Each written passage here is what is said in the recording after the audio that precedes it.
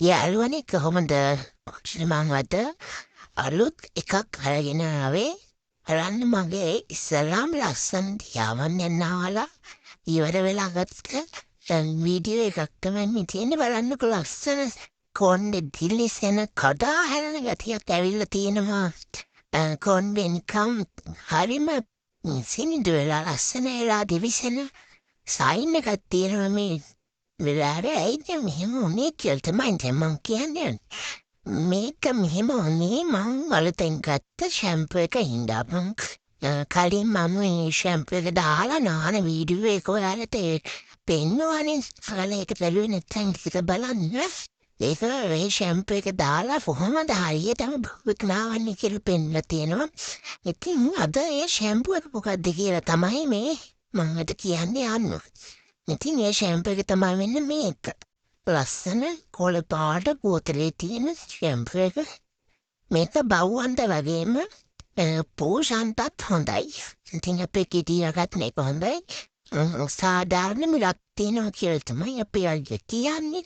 මේක හදලා තියෙන්නේ කෝමාරිකා දාලා. ඉතින් මේක ගෑවහම අර අපේ කොණ්ඩේ අනේක නතර වෙනවා.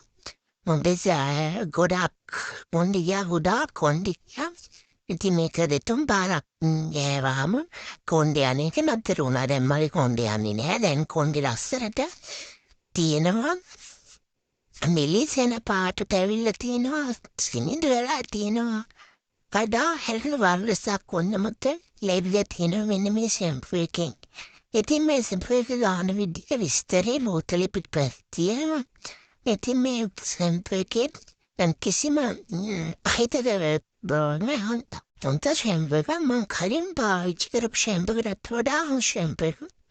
ඔය මේ ෂැම්පූ එක ගන්න කලින් ඒ ෂැම්පූ එක දිය කරගන්න ඕන. භාජනයක දිය කරලා හොඳට පේකට ගන්න ඕන. ඉස්සෙල්ලාම ගාලා හොඳට වතුරෙන් සෝදලා හරින්නට ඕන. ඉතින් හොඳට ගාලා විනාඩි 15ක් විතර තියන්න ඕනේ මේක. එතකොට තමයි අපේ කොණ්ඩේට හොඳට හල්ලලා ලස්සනට ඒක සයින් එක එන්නේ. ඉතින් එහෙම නාලා ඇත්ත ෆොටෝ වීඩියෝස් ටික දැන් ඔයාලට බලන්න පුළුවන්. බලන්නකෝ මගේ කියුස් දුක්ඛක් ඇවිල්ලා තියෙනවා මේ ෂැම්පූ එක දාලා ඊට පස්සේ. ඔය තියෙන්නේ ඔය ෂැම්පූ එක ගාලා නාලගත්ත ෆොටෝස් ලස්සනයි. ඉතින් මේ ෂැම්පූ එක ඔයාලගේ බව්වන්ට ගාලා බලන්න. හරිම හොඳ ෂැම්පූ එකක්.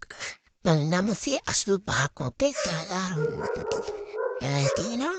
ඉතින් මේ ෂැම්පූ එක දාලා නරක විස්තරේ ඔන්න එහෙම කමෙන්ට් කරන්න කරන්න එපා. එහෙනම් වීඩියෝ එක හොඳයි කියලා හිතනවා. ඔයාලට ප්‍රයෝජනයක් වෙන්නේ නැති ආයෙත් වීඩියෝ එකක් හම්බ වෙනවා.